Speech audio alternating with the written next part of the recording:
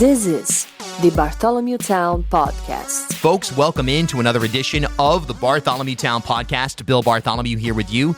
Always a pleasure to spend some time together right here on the pod. And today we welcome in for the very first time here on Bartholomew Town, the former director of the Department of Administration during COVID-19, the former chief of staff to Governor Raimondo, and someone who is, let's face it, one of the leading likely Providence mayoral candidates in 2022, Brett Smiley. And this is a good discussion on not only Brett's vision for Providence and for Rhode Island as a whole, but also kind of his backstory when it comes to certainly his time as the director of the Department of Administration here in Rhode Island during COVID-19. He was somebody who was on the stage for, we kind of guesstimated about 75 of the COVID-19 pressers. So a face and a voice familiar to many Rhode Islanders, and certainly a prominent player when it comes to the inside baseball of Rhode Island politics. And now, as we start to really look towards 2022 and what is going to be an epic year in Rhode Island politics in terms of the governor's race, all the state offices, right? The Providence mayoral race, not to mention the General Assembly and city and town councils as well. It's going to be a huge year in 2022. We're gearing up for it here in Bartholomew Town, really starting to get the attention towards covering that 2022 election cycle. And it's kind of already trickling in. We've got Dr. Luis Daniel Munoz. He's the first person to have formally announced his candidacy for governor. And as campaign finance reports came out, we saw Seth Magaziner. He raised like $300,000 in the first quarter here in 2021. So more or less, even in an informal sense, 2022 is well underway, and certainly on the behind-the-scenes side of things and also in the public-facing side of things in terms of people getting out and about in the community and starting to pitch themselves and their platforms and their vision. So in a way, I guess you could kind of say this episode is our first opportunity to delve into next year's massive year in Rhode Island politics, and we do so with Mr. Brett Smiley right here on Rhode Island's podcast of record, Bartholomew Town, which you may support by visiting our Patreon account. That's patreon.com/Bartholomew Town, or just go ahead and click the support button wherever you're listening. Okay, let's get to it. Brett Smiley in his first appearance here on B-Town. I'm sure it won't be his last as 2022 heats up. Let's get the conversation rolling here in May of 2021. We're here with Brett Smiley. This is your first time on the show, and welcome aboard. Thanks, Bill. Happy to be here. So you became, I think, for inside baseball people, you were already somebody who was well known inside Rhode Island politics and so forth. But during the course of the pandemic, you were, I didn't keep track or anything like that, but it seems like you were at like 75 or 100 of the COVID press briefings. And I think at one point early on, some people were like, oh, is that guy the lieutenant governor? Who is he? Like, what is he? So for the state out there, that the people who vaguely know who you are, know you from the COVID briefings, I guess kind of who are you? Set yourself up for the outer sphere of people who follow Rhode Island politics. Sure. Thanks. Yeah, I was at probably at most 75 is a good guess of those COVID briefings. The governor, Dr. Alexander Scott, and I were most often the trio to go up there. But prior to COVID, I've had almost a decade now in government or public policy positions in state and local government. I was Mayor Lorza and City of Providence's first chief operating officer when he got elected. I started with him in January of 2015, served in city government for about a year and a half before Governor Raimondo asked me to be her chief of staff. I was her longest serving chief of staff. And then in January of 2020, was nominated and then confirmed as the state's director of administration. And I'm really particularly passionate about getting things done in government, making government run better, really the nuts and bolts of making the bureaucracy work for Rhode Islanders and for people in Providence. The irony over the last year, of course, was that I went over to DOA at January of 2020 with grand plans about what government efficiencies and what enhancements we were going to make to state government. And then, 4 weeks later, we started to shut the state down. And then by March, I started to see you on a regular basis at COVID briefings. And so all of those things I had intended to do at DOA didn't happen, of course, but we shifted to an entirely different set of work, which was keeping 14,000 state employees safe, transitioning a workforce to remote work, helping construct field hospitals and build testing facilities and manage over $1 billion in federal stimulus dollars while I was there. And then there's another $1 billion coming in now. And so it ended up being a really, really important time to be in government, but it just not exactly as originally planned. Yeah. And I want to get back to that period in a second. But, in Rhode Island, I feel like growing up here, you hear it at some cookout, people complaining or whatever, that the state has bloated isn't the right word necessarily, but there's a large government for such a small state. The constant comparison is, look at our taxation policies and compare it with New Hampshire, or compare the size of our General Assembly with New Hampshire, or state employees, whatever it is. And it's a challenge to run programs and build a foundation for not only social services, but for everybody, and do so with a fiscally conservative or small bureaucracy mind. Is that kind of where you were trying to thread the needle a little bit, or are you are you less concerned about shrinking government and just efficiencies in terms of the people who are there and what they're doing on a daily basis? Yeah, I was always focused on and looking forward into what I hope to be doing next. I'm focused on instilling a customer service mindset in public employees and in government. The taxpayer and the resident is the customer. I don't actually buy the argument that we're bloated in government based upon what it is that we have to do. And if there's there are some silver linings to have come out of this very difficult year. One of which is I think people appreciate having competent and honest government there to serve them during a crisis. And we saw kind of the opposite out of the federal government. And yet in state government through COVID, we had employees going to work every day, trying to serve the public, putting themselves at risk, taking care of the most vulnerable, and for no extra pay. I mean, they were just doing their job, diligent, hardworking government employees trying to provide services to people who need them. And this whole business about running government like a business is, I just totally reject. Government does the things that business doesn't want to do or can't make a profit at. And we are the safety net, and we provide the services that have to be provided regardless of whether there's a profit in it or not. And so,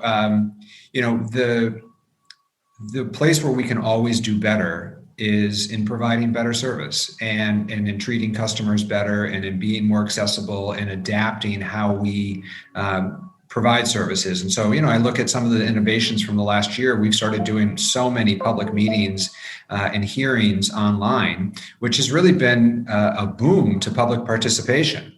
Prior to, it's just mostly kind of the inertia of being stuck in the old ways of doing it. There was some technology investments required, maybe the hours, our employees, government employees want to work the same hours as private sector employees. But the reality is in order for some people who have a 9 to 5 in the private sector, they can't participate in a public meeting or come to government without having to take a day off of work. And so looking at ways to innovate, ways to serve the public is really a priority to me. And I think, looking into the future, it's a huge opportunity and something that we're not very good at the local level. And I think we can do better. Yeah, I agree with that completely. I think that there's a huge opportunity for more involvement with the average person that doesn't necessarily follow politics, but there's an issue that they care about deeply. Or maybe they do follow politics, but as you said, they don't have the time or resources to get to the Statehouse to testify or observe a board meeting, whatever it may be.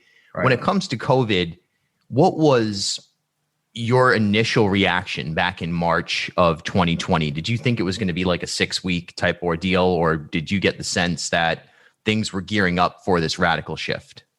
I had no, I don't know if I could have said it was 6 weeks or whatever, but I certainly didn't think a year and a half later, we'd still be dealing with it. and to some extent, I mean, I think there's a there's many lessons in public leadership here, and I think people can only kind of absorb so much information at once, myself included, right? And if that first press conference with the governor and Dr. Alexander Scott, we said, okay, hunker down. By the summer of 2021, we think we'll be back on track. Yeah. Would have lost their mind. I think we would have lost our mind. So no, I mean, we tried to make decisions and recommendations based upon some timeline that we could reasonably predict. But I don't know, maybe there were wiser people than me on this stuff. I'm sure there are. But I didn't think it was going to be a 1.5-year endeavor and so consuming and worldwide and really a once in a century event. Hopefully once in a century event. Hopefully these don't become more frequent. Yeah. Let's hope that we've learned in terms of preventative measures and understanding the origins and how to tackle it out of the gate versus months later, so to speak. I mean, I recently read that Vice President Harris was already starting a White House task force to prepare for the next pandemic, which I don't think is fatalistic. I think is responsible. Thank goodness. I mean, I remember that President Trump disbanded the pandemic response team at the White House that President Bush, I think, had set up after Ebola or H1N1. So that's what responsible government leaders and policymakers should be doing, and I'm encouraged by that. One last question on COVID. A frequent complaint that we've heard is while businesses in the state were severely impacted, and let me be clear, there were some measures of furlough and time off that were implemented in state government. It was part of the deal. I think it was last summer, if I remember right. But there are people who said, even just last week, someone asked at the briefing, why haven't we seen a reduction in salaries or furloughs in terms of leaders? What's your response to that, since ostensibly you kind of oversaw that portion of the response? We tried to balance, like everything else in government, it's all a balance. We tried to balance the fiscal demands on the state with the need to continue to provide services. And so, as you point out, last summer, and I was a big part of this, we found what I thought was an innovative cost-saving way to partially, essentially furlough is the work share program, where a large number of employees worked 3 days a week through the summer and were able to take advantage of a supplemental federal aid program so that their wages, their take-home, the amount of money they got every week was the same, and yet it saved the state millions. I was happy to do that, and it didn't hurt Rhode Island families while doing it. Throughout the rest of the year, you have to keep in mind, first of all, state employees haven't received a raise in over a year. Their contracts expired, and whereas normally we would be negotiating raises, their salaries were held flat. And as I was talking about earlier, we stayed open the whole time. Unlike some other employees that regrettably their businesses closed or shut down temporarily or cut back hours, state employees were still serving people in the state hospitals. They were still taking care of patients at the veterans home. They were still processing licenses at the DMV. They were still, providing critical services that never stopped being provided. And so these were essential workers, and they've been working without a raise now for 1.5 years, and the state's been able to continue to balance its budget. And so I think we found that balance. I was proud of how we treated our employees throughout, and they certainly made sacrifices in terms of their time and having to come to work every day and making responsible choices to do so safely. And so I think it was the right balance. All right, folks, this is getting real. The time for talk is over. From iron workers to engineers, business owners to biology teachers, Rhode Islanders believe in the power of offshore wind. Together, we're cleaning the air and creating jobs right here at home. Our goal of 100% renewables by 2030 is in sight, and the future is bright with Rhode Island a real leader in America's emerging offshore wind industry. So what makes you a Revolution Wind believer? Join us at revolution-wind.com/it's real. That's revolution-wind.com/it's real. Let's go. Hey, gang, if you'd like to reach thousands of Rhode Islanders every month, and not just any Rhode Islanders who are plugged into politics, news, media, arts and culture, healthcare, business, the nonprofit sector, social justice, education, well, send me an email, bill@ripodcast.com. That's bill@ripodcast.com. And we'll figure out a way for you to get your message out to our expanding audience of listeners right here on Rhode Island's podcast of record, Bartholomew Town. Pivoting to Providence, and look, it's kind of no secret that your name has been bandied about as someone who would be in the mayoral race, and you're certainly sitting on for a mayoral race, some fairly significant campaign cash. It's an interesting moment in Providence now. I mean, we've got obviously the Providence school situation with the takeover, and where does that go? Transportation hub and just sort of the revival of downtown and trying to stimulate something down there that can please a multitude of sides on this issue. And even before we started recording, you had mentioned Brown University and the student housing expansion. That trickles out to just housing in general in the city.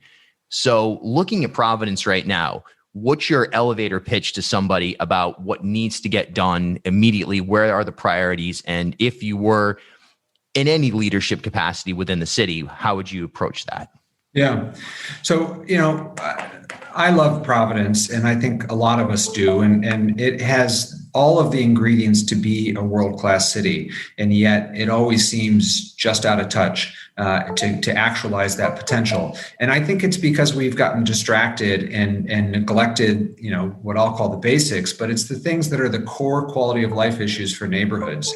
We have roads that we struggle to have the money to pave, and then we cut into them again and again, and we pay to pave them 2 or 3 times. There's, chronic potholes, sidewalks that never get repaired, sewers that are crumbling and cause neighborhood flooding. These basic infrastructure problems, in addition to things like noise complaints from the ATVs and the motorcycles. Last summer, we had a real problem with fireworks.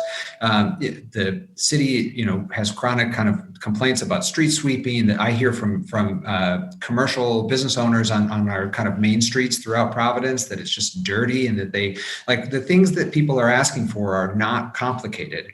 And if we can't get that stuff right, I don't know how we get the bigger stuff right. So I'm very interested in getting back to the basics, focusing on these core quality of life issues. We're not going to be able to do a lot of that if we don't right the ship financially, which means continue to make responsible budget decisions, but also grow the economy and have a real economic development plan for the city, which I think is lacking. And then part of that economic development plan is good public schools. That's why people move to certain neighborhoods in certain cities and towns. And so you flagged the state takeover. That's of primary importance to me. We need to make sure that those reforms which were promised are delivered, and then we should return them to local control in the next couple of years. So those are, I think, the priorities. And what sets me apart is that I'm the only candidate who has managed a budget of anything close to this size. I'm the only candidate who's managed people anything close to this scale. I'm the only candidate who's ever negotiated a labor contract, which is a huge part of how to get things done in government. And I think that experience has given confidence to people that of all the politicians making promises this year, that I'm going to be the one that can actually get it done, that can actually fulfill those promises. So that's what I'm going out and talking to people about in Providence. And so far, the reception's been great. That really is the key word, manager. A lot of people, and I think it's true at the gubernatorial level as well, but certainly at a mayoral level, its policy is there and it's got to be part of your identity. You've got to implement your vision and the vision of the city, more importantly, but you've also got to manage getting the trash picked up on time. Exactly. That's exactly right. I mean, the city council plays a role in policy. Frankly, the legislature plays a role in policy. As you well know, Providence is in Rhode Island is kind of a city state, and there's a lot of interaction between the two. And so the mayor needs to have a vision, and I certainly do in terms of policies that I'll advocate for. But my view is that it is primarily a management job, and I think that that's actually how you make changes that impact people's quality of life. What's your relationship like with the current administration in terms of in terms of the state level with Governor McKee and Lieutenant Governor Matos and that operation? I mean, do you feel like you're in touch with them and you could have a strong working relationship with them if let's say they're reelected, or I guess how would you describe that? I guess if they were elected for the first time and continued on as the administration, and if you were elected as mayor, do you sense there would be a good working relationship? I do. Yeah, I'm in touch with Governor McKee's team. I'm very friendly with Lieutenant Governor Matos. Most of the governor's cabinet was Governor Raimondo's cabinet, which were my former colleagues who I remain friends with and in close contact with. And so I am confident that I could work well with them. And I think that that's another kind of compelling piece to my candidacy, which is Providence depends on the state. We receive a lot of state aid. There's a lot of things that we can't do without their blessing and support. And my experience in state government and my relationships, both in the executive branch, but also in the legislative branch, I hope will make me a more effective mayor and yet another way in which I distinguish myself from who I presume to be my opponents in the race. Last question. When you think about Rhode Island right now, there's a big push for the blue economy, and that includes everything from wind turbines to fisheries to smart bay and developing the waterways and even preventative acts. For example, there's that graph that Brown put out a couple of years ago that shows basically half of downtown Providence underwater by, I don't remember what year, but a year in each of our lifetimes, exactly. If we don't act. And so there's that segment. There's people, even for example, the bike life kids, they say, look, we need a motorcycle track. And their larger point is we need to be a hub for some sort of very specific entertainment. We see Mayor Lorza proposing putting stages downtown as well as like a sprinkler system you can run through that basically would make a hub for everybody to just hang out and communities, I guess, in and of themselves can just kind of come together to drive an economy in the city. What is the one thing that Rhode Island really needs to quadruple down on to create both an economic stimulus, but also a cultural stimulus that might lead to us moving forward and being a more prominent space, both Providence and Rhode Island, the city state as a whole, on a global scale? Just one thing. I mean, if I could, there's a couple places where I think we have an opportunity. We, in some cases, already distinguish ourselves and can expand upon. So first, we do have a real opportunity with respect to the blue economy. I don't think a lot of people would, when you think coastal community in Rhode Island, I think most people think Newport or maybe Narragansett. Providence is a coastal community also. And so we've got an incredible opportunity to continue to show expertise and create good paying jobs in the blue economy. And that is wind power, but it's also things like looking at the Port of Providence and trying to make it the greenest port in America. The emissions from the shipping industry are some of the worst polluters in the world. And we can be a leader in terms of safe discharge and alternative fuel sources for shipping. And I want to see us use that port in a way that's both ecologically friendly, but also a stimulator for jobs. Yeah. Secondly, we have a reputation, and I think we can continue to exploit and do more to support the arts in Providence to be a destination for cultural endeavors. We have an incredible both kind of organic arts culture of makers and musicians and performers, but then we also have some, nationally renowned institutions like Trinity that put us on the map and make us a destination both for tourist dollars and for just cultural and creative endeavors. And then finally, I want to see us continue to strengthen the connection to Boston. There is a world-renowned economic ecosystem in Boston and Cambridge. We are a very short distance away, and with investments in public transportation, I think we should be building more highways, but with better, faster train service, we should, a lot of people have talked about this, but we need to actually do it. We need to plug in more thoroughly. I think that you mentioned the housing crisis earlier, and we certainly have an affordability crisis in Rhode Island and in Providence, but it is still a fraction of what it costs to live in Boston. Yep. And so we've got a real opportunity to attract talent and businesses and jobs from people fleeing suburban Boston.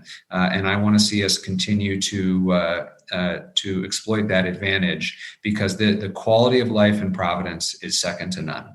And the the kind of life that you can have here in terms of there's not really any traffic, the restaurants are great, the art scene's terrific, there's diversity, the people are great. Like, this is a great place to live.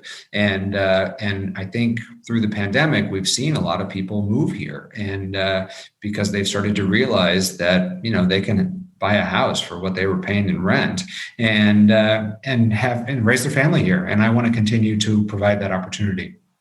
Yeah, I think that is definitely the key. And I would even argue that New York as well. I mean, I'm biased. I lived there for 10 years. But it was the same thing for me. Like, okay, do I want to continue to live in a shoebox or get some space? Do I want to have 15 to 120 minutes of my day spent parking or pull into a parking spot and go into the house? And both of those markets are right there. And I always think of Google Maps. And if you just click on Providence and hit zoom out one time, there it is, the region. Right. And it's a little pinch, and there you are. Right. And those are right there for us to take advantage of. It really comes down to trains more than anything else. Yeah, I totally agree. And if we're in a world, we don't quite know what the new workflow is going to be post-pandemic, but I think most people seem to think, I personally think it's going to be some blend between at home and in person for those who are in a job that can be working remote. And so if you need to be in the office one day a week, one day a month, one day a quarter, there's no reason you can't be based in Providence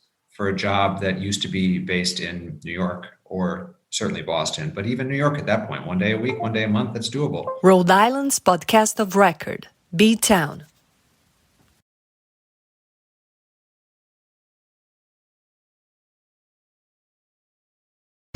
At HealthSource RI for Employers, we provide access to health insurance to more than 1,100 local businesses and nonprofits, and 96% of them renew through us every year. Maybe it's our choice of 19 different health plans, our 10 years of customizing solutions, or our one local team of dedicated experts helping employers find quality health insurance. See how our numbers stack up for you. Learn more at healthsourceri.com/employers.